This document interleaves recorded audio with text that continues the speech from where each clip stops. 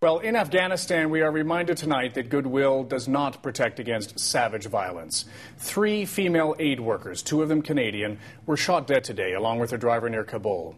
It happened in Logar province when gunmen ambushed their vehicles. And here's our Ottawa Bureau Chief, Jacques Bourbeau. Just hours after the brutal attack, the victims' bodies were placed in simple wooden coffins.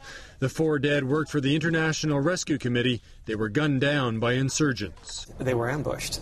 They were driving back. 5 of them were in the clearly marked vehicle, a clearly marked humanitarian vehicle.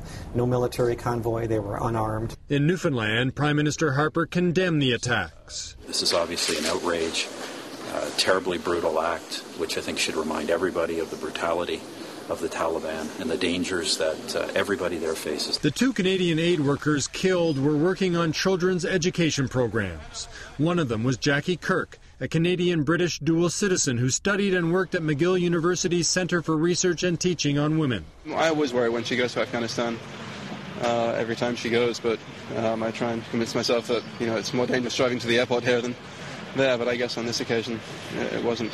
A Taliban spokesman is taking credit for the attack, which are becoming more frequent. In 2007, 15 aid workers were killed. This year, that number is already at 23. After today's incident, the International Rescue Committee is suspending its aid programs in Afghanistan. This is Kabul. This is Logar province where this incident happened. This analyst says the Taliban now control large parts of Afghanistan. Despite this, he says someone has to continue delivering aid. The military should take over this operation and deliver aid in humanitarian assistance to the refugees in that area, to the poor people in that area. But Canada's soldiers are already paying a heavy price just trying to impose some sense of security in Kandahar province. Today, 5 soldiers were slightly injured when their armored vehicle was hit by a roadside bomb.